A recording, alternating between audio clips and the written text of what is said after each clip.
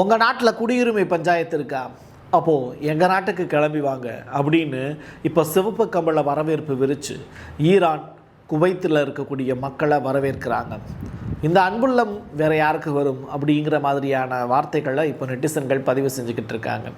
இது ஒரு புறம் இருக்க, தன்னுடைய தந்தையினுடைய கொள்கையிலிருந்து அப்படியே பேரலாக மாறுபட்டு முஸ்தபா கமினி அவர்கள் வெளியிட்டிருப்பதாக வெளியாகக்கூடிய செய்தி, அணு ஆயுதங்களை ஈரானால் தயாரிக்க முடியும், அது தொடர்பான விவரங்களை வித்தின் 24 ஹவர்ஸில் எங்களால் வெளியிடவும் முடியும்னு சொல்லியிருக்காங்க. இது தொடர்பான செய்திகள் ரொம்ப டீட்டெயில்டாக இருக்குது, அதை பற்றி நம்ம பேசலாம். லாவ்ரோவ் ரஷ்யாவினுடைய ஃபாரின் மினிஸ்ட்ரியில் இருந்து சீனாவுக்கு பயணம் மேற்கொண்டு இருக்கிறார். இவர் மேற்கொண்டு இருக்கக்கூடிய முடிவு அப்படிங்கிறது ஈரானுக்கு பக்கபலமாக இருக்குமா அப்படிங்கிறதையும் இந்த வீடியோக்குள்ளே நம்ம பேச போகிறோம். ஏன்னா அங்கே போய் சில ஒப்பந்தங்கள் கையெழுத்தாக போகுது, அது தொடர்பான விவரங்களும் ஈரானுக்கு ரொம்ப முக்கியமானது. டீட்டெயிலாக பேசுவோமா? வாங்க பார்க்கலாம் உறவுகளே. இது பிரசாத் சிக்னேச்சர். 10 மற்றும் 12ஆம் வகுப்பு முடித்த இளைஞர்களுக்கு ஒரு பெரிய வாய்ப்பு. 40 வயதுக்குட்பட்ட நபர்கள் அனைவரும் பங்கு பெறலாம். 3 மணி நேரத்தில் மீடியா துறை பற்றிய அத்துணை விடயங்களும். வாங்க புதியதொரு துறையில் கலக்கலாம். உடனே முன்பதிவு செய்ய 94493592 என் நம்பருக்கு காண்டாக்ட் பண்ணுங்க. வடகொரியாவினுடைய அதிபர் கிம் அவர்கள் 5000 டன் எடை கொண்ட சோ கியோன் அப்படிங்கிற போர்க்கப்பலில் இருந்து மேற்கு கடற்கரைக்கு அப்பால் ஒரு 5 ஏவுகணைகளை ஏவி டெஸ்ட் பண்ணி பார்த்துருக்கார். இதில் 2 க்ரூஸ் ஏவுகணைகள் அப்படின்னு சொல்கிறாங்க, 3 கப்பல் எதிர்ப்பு ஏவுகணைகள் அப்படின்னு சொல்கிறாங்க. வடகொரியாவினுடைய அதிபர் கிம் அவர்களும் ரஷ்யாவினுடைய மிக முக்கியமான லாவ்ரோவ் அவர்களும் சீனாவினுடைய வெளியுறவுத்துறை அமைச்சகமும் இப்போது முக்கூட்டணி அமைச்சு ஈரானுக்கு ஆதரவான நிலைப்பாட்டை எடுத்திருக்காங்க. ஈரானுடைய IRGC சைடில் இருந்து வெளியாகி இருக்கக்கூடிய ஒரு செய்தி, அதாவது இது இன்னும் அஃபீஷியலாக வெளியிடப்பட்டிருக்கா அப்படின்னு கேட்டால் கிடையாது. இது தொடர்பான பேச்சுவார்த்தை அப்படிங்கிறது IRGCயினுடைய டேபிளில் இருக்குதுன்னு சொல்கிறாங்க. அது ரொம்ப முக்கியத்துவம் வாய்ந்த ஒரு முடிவு. மதகுருமார்கள் வெளியிடக்கூடிய ஒரு அறிவிப்பு அப்படிங்கிறது ஈரானில் உச்சபட்ச முடிவாக இருக்கும். பட் IRGC அப்படிங்கிற அமைப்புக்கு வானளாவிய அதிகாரமும் கொடுத்துருக்காங்க. எந்த மாதிரியான போர் முறைகளையும் நீங்கள் ஃபாலோ பண்ணிக்கலாம் அப்படிங்கிறதும் IRGCக்கு கொடுக்கப்பட்ட உத்தரவு.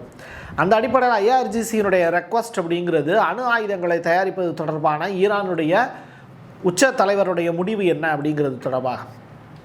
இது தொடர்பான பேப்பர்ஸ் அவருடைய டேபிள்லையும் இருந்திருக்கு. அப்போது அவர் தந்தையைப் போலவே அவர் முடிவெடுப்பாரா அப்படிங்கிற அந்த ஒரு பாணி இப்போ கேட்கப்பட்டது. அதற்கு முஸ்தபா கமினி அவர்கள், அயத்தொல்லா கமினி அவர்கள் எடுத்த முடிவுக்கு அப்படியே சற்று மாறுபட்டு அணு ஆயுதங்களை தயாரிப்பதற்கு ஈரான் அதற்குண்டான சுச்சுவேஷன் இப்போ வந்துருச்சு அப்படிங்கிறத மென்ஷன் பண்ணியிருக்கிறதா ஒரு தகவல். அது மட்டும் கிடையாது, அன்னைக்கு இருந்த காலம் வேறு, இன்றைக்கி இருக்கக்கூடிய காலம் வேறு. ஜனநாயக அடிப்படையில் ஒரு விஷயத்தை செஞ்சு சரி பண்ணிடலாம், மார்க்கத்துக்கு எதிராக சில விஷயங்களை செய்யக்கூடாது அப்படின்னு சொல்கிறது ஓகே. பட் இயற்கைக்கு எதிராக இங்கே ஒரு பெரிய சதிவலையே பின்னப்படுது ஈரானுக்கு எதிராக. இப்படிப்பட்ட சுச்சுவேஷனில் இங்கே மார்க்கத்தை தாண்டி மக்களுடைய நலன் முக்கியமானது அப்படின்னு ஒரு முடிவெடுக்கிறாங்க அப்படின்னு சொல்லப்படுது.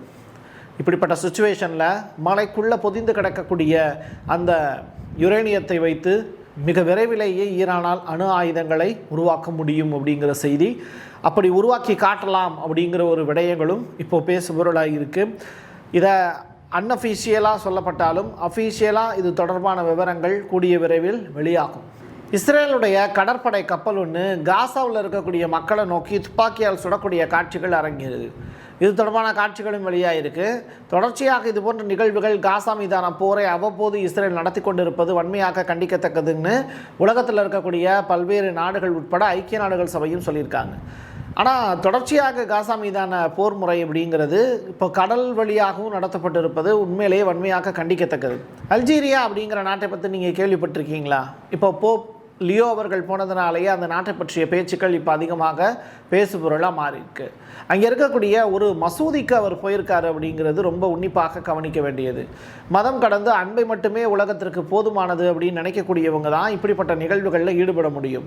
அந்த வகையில் ஈரானுக்கு ஆதரவாக போப் அவர்கள் பேசி இருக்கக்கூடிய விஷயங்கள் தாண்டி இன்றைக்கி மசூதிக்கு அவர் உள்ளே நுழைந்து அங்கே ஒரு சின்ன ஒரு ப்ரேயர் நடந்திருக்குது. அப்படிங்கும்போது உண்மையிலேயே பாராட்டுதலுக்குரியது, போற்றுதலுக்குரியது. உலகத்தினுடைய அமைதி நிலைநாட்டப்பட வேண்டும் அப்படின்னு போப் அவர்கள் எடுக்கக்கூடிய முயற்சிக்கு ட்ரம்ப் முட்டுக்கட்டை போட்டாலும் அவரையும் தாண்டி போப் அவர்களால் வெல்ல முடியும் அப்படிங்கிறது தான்.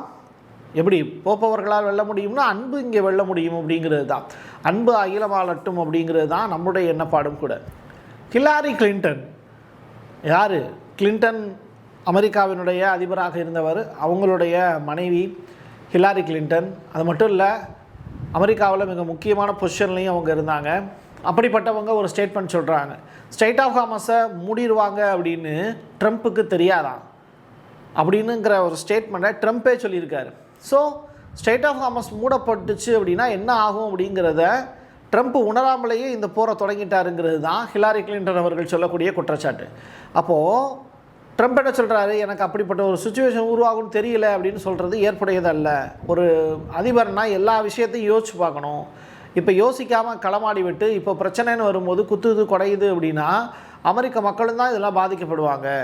இது ட்ரம்பினுடைய ஒரு எப்படி சொல்கிறது, சுயபுத்தி இல்லாமல் செய்யக்கூடிய நிகழ்வுகள் மாதிரி தெரியுதே அப்படிங்கிற சந்தேகத்தையும் அவங்க எழுப்பியிருக்காங்க. ராமன் கபூர் அப்படிங்கிற நபர், அதாவது இவர் ஒரு மாலுமியாக இருக்கிறாரு. ஈரான் சைடில் மிடில் ஈஸ்ட் ஏரியாவில் போகக்கூடிய ஸ்ட்ரெயிட் ஆஃப் ஹார்மஸை கடக்கிறதுக்காக போகக்கூடிய ஒரு கப்பலில் இருந்து இவர் ஒரு வீடியோ ஒன்று அனுப்பிச்சிருக்காரு. அதை ஆர்டி இந்தியா அப்படிங்கிற அந்த செய்தி சேனல் இப்போ செய்தியாக வெளியிட்டிருக்காங்க.